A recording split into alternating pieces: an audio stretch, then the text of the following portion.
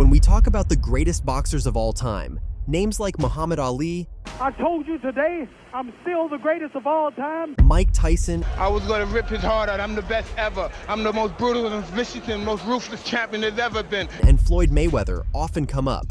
I believe. I knew from the beginning I was the best in boxing, from day one. But there's one name that doesn't get mentioned nearly enough: Ricardo Lopez. He's as good as I've ever seen. A champion coming on the way he has. I have not seen anybody as good as this. Ricardo Finito Lopez is arguably the most underrated boxer of all time. Despite his incredible record and skill, he often gets overlooked. Let's dive into why Ricardo Lopez deserves more recognition. First, let's talk about his impeccable record.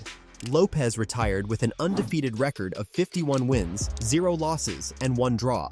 That's right, he never lost a professional fight. This level of dominance is rare in boxing. Most fighters, no matter how great, stumble at least once. But not Lopez.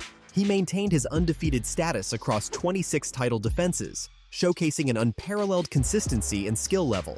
This isn't just impressive, it's almost unheard of. Lopez wasn't just winning, he was winning in style. His technical skills were off the charts. Imagine a boxer who could come out every round like a surgeon, hands high, methodically dissecting his opponents. That was Lopez. His defense was impregnable, and his offense was precise and devastating. He had a gift for punching, drilled to perfection to the point of OCD. His uppercut, in particular, Master of the uppercut. There's the left uppercut. Doubles up left. Going strictly with the left there. was a weapon of choice, often catching opponents off guard and ending fights abruptly. What really sets Lopez apart is his strategic approach to the sport. He was a quiet, learned individual, an avid reader with the composure of a composer. This intelligence translated into his boxing. He wasn't just brawling, he was thinking 3 steps ahead. Every movement, every punch was calculated. His straight right hand was like a sniper shot. That was a good straight right hand led by the left. But he also had a complete and varied arsenal, from feints to footwork, all stitched together in seamless combinations. Lopez made his mark early. At 24 years old and already 26, he traveled to Japan to take on the champion Hideyuki Ohashi. Lopez refused to rush, and he couldn't miss. His precision was uncanny, and he won his first title with surgical accuracy. This was just the beginning. Over the next decade, Lopez would continue to dominate, running more Mexican-style clinics than anyone else, and proving himself as one of the best in the business. One of the most remarkable aspects of Lopez's career was his ability to adapt and evolve. As a champion, he only got more precise and dangerous. He put in the hours to earn an in-ring doctorate, honing his craft to perfection. His uppercut, in particular, became legendary.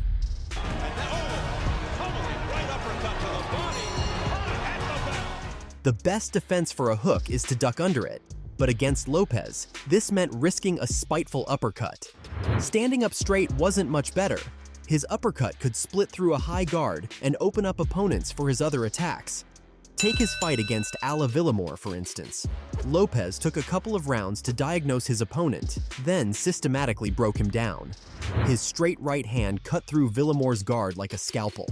In the 8th round, Lopez caught him clean with an uppercut that ended the fight. This was a typical Lopez performance, methodical, precise, and utterly dominant. Lopez's technique was something to behold. His jab was particularly deceptive. Known as the phantom jab, his opponents rarely saw it coming.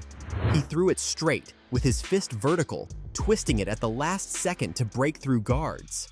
This move, combined with his impeccable footwork and head movement, made him a master at controlling distance and dictating the pace of the fight. Lopez continued to demonstrate his skill and adaptability throughout his career.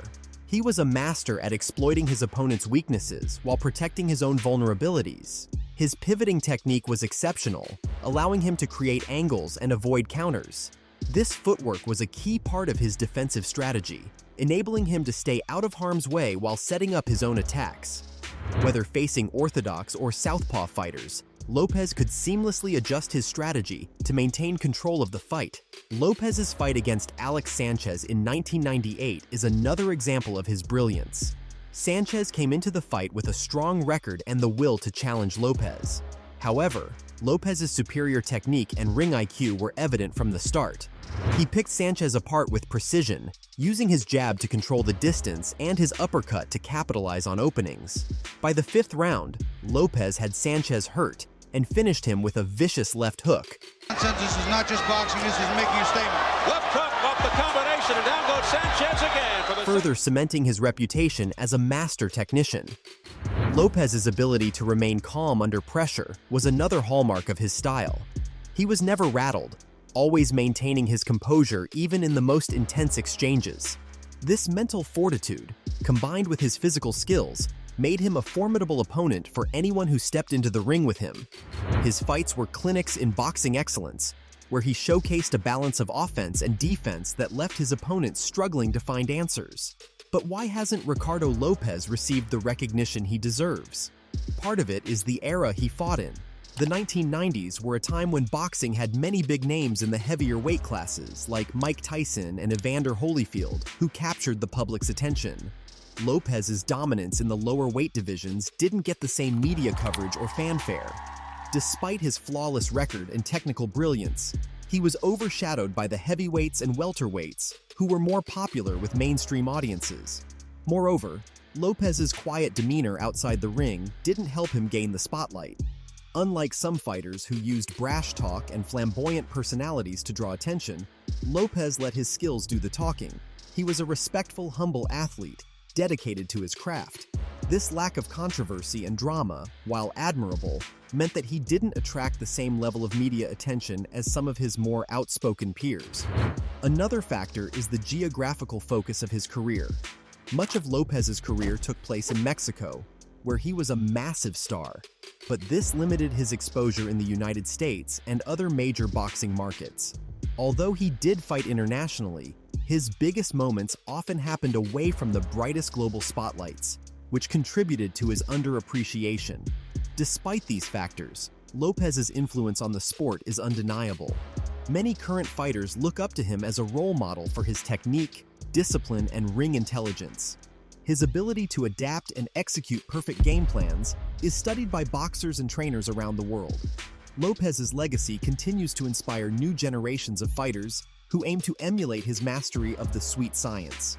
It's time for the boxing world to fully appreciate the legacy of Ricardo Finito Lopez.